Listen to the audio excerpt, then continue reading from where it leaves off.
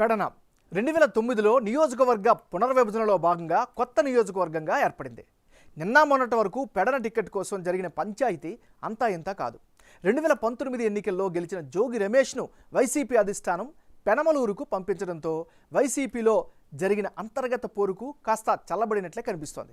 ఈ నియోజకవర్గంలో కాపు గౌడ సామాజిక వర్గాలదే హవా అని చెప్పాలి. గత ఎన్నికల్లో గౌడ కులస్తులనే బరిలోకి దింపాయి వైసీపీ టీడీపీ పార్టీలు. ఈసారి కొత్త అభ్యర్థి రాముకు వైసీపీ టికెట్ కేటాయించగా టీడీపీ గత ఎన్నికల్లో పోటీ చేసిన కాగిత కృష్ణప్రసాద్కే మరోసారి టికెట్ కేటాయించే అవకాశాలు కనిపిస్తున్నాయి. మరి ఈసారి ఎన్నికల్లో ఎవరి బలాలేమిటి, ఎవరు గెలిచే అవకాశాలు ఉన్నాయి అనే దానిపై బిగ్ టీవీ ఎక్స్క్లూజివ్ సర్వే చేసింది. ఆ వివరాలను చూసే ముందు 2019 ఎన్నికల ఫలితాలను పరిశీలిద్దాం. 2019లో జరిగినటువంటి ఎన్నికల్లో జోగి రమేష్ వర్సెస్ కాగిత కృష్ణప్రసాద్ వీళ్ళిద్దరి మధ్యనే పోటీ జరిగింది. ఆ ఎన్నికల్లో వైసీపీకి 42%, తెలుగుదేశం పార్టీకి 37%, ఇతరులకు 4%, జనసేన అభ్యర్థికి 17% ఓట్లు దక్కాయి. అంటే 2019 ఎన్నికల్లో వైసీపీ తరపున జోగి రమేష్ పోటీ చేసి విజయం సాధించారు. ఆ ఎన్నికల్లో ఆయనకు 42% ఓట్లు పోలయ్యాయి. అయితే ఈ ఎన్నికల్లో జనసేన పోటీ చేయడంతో భారీ సంఖ్యలో ఓట్లు అప్పట్లో చీలాయి. దీంతో టీడీపీ అభ్యర్థి కాగిత కృష్ణప్రసాద్కు 37% ఓట్లు పోలయ్యాయి. తండ్రి కాగిత వెంకట్రావు చరిష్మా టీడీపీ సంప్రదాయ ఓటు బ్యాంకు ఆయనకు అండగా నిలిచింది. అయితే ఆయన కేవలం స్వల్ప మార్జిన్తో ఓటమిని చవిచూశారు. జనసేన తరపున అంకెం లక్ష్మీ శ్రీనివాస్ పోటీ చేసి ఏకంగా 17% ఓట్లను సంపాదించుకున్నారు. నియోజకవర్గంలో అత్యధిక సంఖ్యలో ఉన్న కాపు సామాజిక ఓట్లు ఆయనకే పడ్డాయి. అంతేకాదు ఆయన సొంత సామాజిక వర్గమైన గౌడ సామాజిక వర్గ ఓటర్లు కూడా కొంతమంది కూడా ఆయనకు మద్దతుగా నిలిచారు.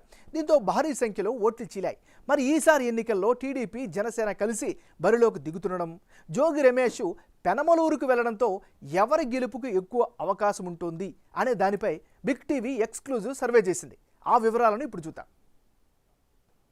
అభ్యర్థుల వారీగా బలాలు బలహీనతలు ఏంటో ఒకసారి చూద్దాం. ముందుగా వైసీపీ క్యాండిడేట్ ఉప్పాల రాము. ఈయనకి ఈసారి కలిసి వచ్చేటువంటి అంశాలు ఏమిటి? ఆయన యొక్క తండ్రి రాజకీయ నేపథ్యం ఖచ్చితంగా ఈయనకి కలిసి వచ్చే అంశంగా తెలుస్తోంది. మరోవైపు నియోజకవర్గంలో చాలా రోజులుగా యాక్టివ్గా ఉన్నారు, పనిచేస్తున్నారు, ప్రజలతో మమేకంగా ఉంటున్నారు. ఇవి ఖచ్చితంగా ఆయనకి కలిసి వచ్చేటటువంటి ఫ్యాక్టర్స్. మరి ఉప్పాల రాముకుండే మైనస్ పాయింట్స్ ఏంటి?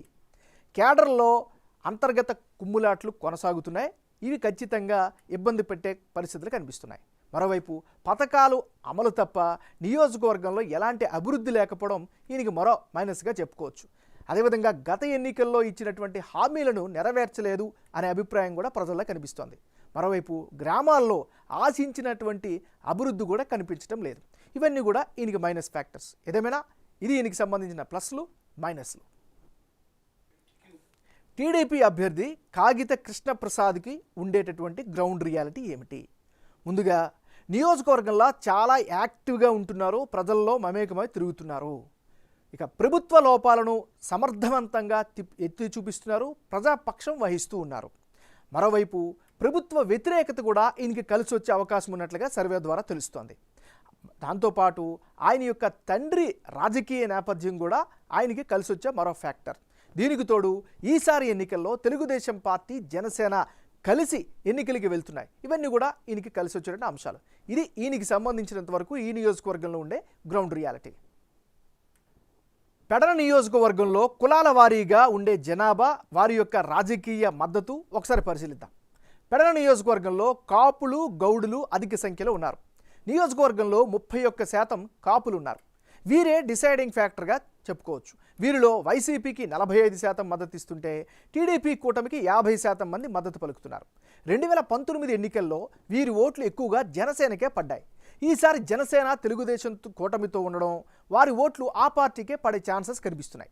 అయితే కాపు నేస్తం లబ్ధిదారులు మాత్రం వైసీపీకి మద్దతు పలుకుతున్నారు. 5% మంది మాత్రం ఇతర పార్టీలకు ఓటు వేయనున్నారు. కాపుల తర్వాత అధిక సంఖ్యలో గౌడ సామాజిక వర్గ ఓటర్లు ఉన్నారు.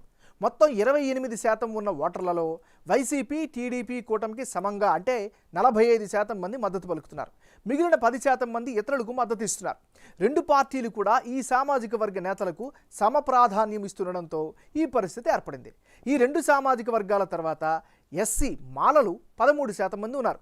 వీరిలో అధికంగా అంటే 55% మంది వైసీపీకి మద్దతు పలుకుతుంటే 40% మంది టీడీపీ కూటమికి మద్దతు ఇస్తున్నారు. సంక్షేమ పథకాల లబ్ధిదారులు అధికంగా వైసీపీకే జై కొడుతుంటే మిగిలిన వారు టీడీపీకి మద్దతు ఇస్తున్నారు. మిగిలిన 5% మంది మాత్రం ఇతరులకు మద్దతు పలుకుతున్నారు. ఇక 8% ఉన్న మత్స్యకారుల్లో వైసీపీకి 50%, టీడీపీ కూటమికి 40%, ఇతరులకు 10% మద్దతు పలుకుతున్నారు.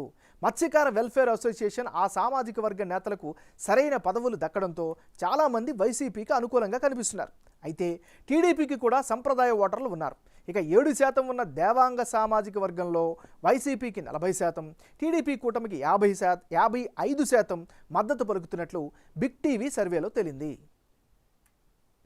రానున్న ఎన్నికల్లో పెడన నియోజకవర్గంలో ఎవరెవరు బరిలో దిగితే ఫలితాలు ఏ విధంగా వచ్చే అవకాశం ఉందో పరిశీలిద్దాం. ఉప్పాల రాము వర్సెస్ కృష్ణప్రసాద్ వీళ్ళిద్దరు బరిలోకి దిగితే అప్పుడు వైసీపీకి 42%, తెలుగుదేశం పార్టీకి 51%, ఇతరులకు 7% ఓట్లు దక్కే అవకాశాలు కనిపిస్తున్నాయి. అంటే ఇప్పటికిప్పుడు ఎన్నికలు జరిగితే వైసీపీ తరపున బరిలోకి దిగే ఉప్పాల రాముకు 42% ఓట్లు పోలయ్యే అవకాశాలు కనిపిస్తోంది. అయితే టీడీపీ నుంచి కాగిత కృష్ణప్రసాద్ బరిలో దిగితే మాత్రం 51% ఓట్లు పోలవుతాయని బిగ్ టీవీ సర్వేలో తేలింది. ఇక ఇతరులకు 7% ఓట్లు పోలయ్యే అవకాశాలు కనిపిస్తున్నాయి. పెడనలో జరిగే వారసుల పోరులో గెలిచేది టీడీపీనే అని బిగ్ టీవీ సర్వే రూపంగా తెలుస్తోంది.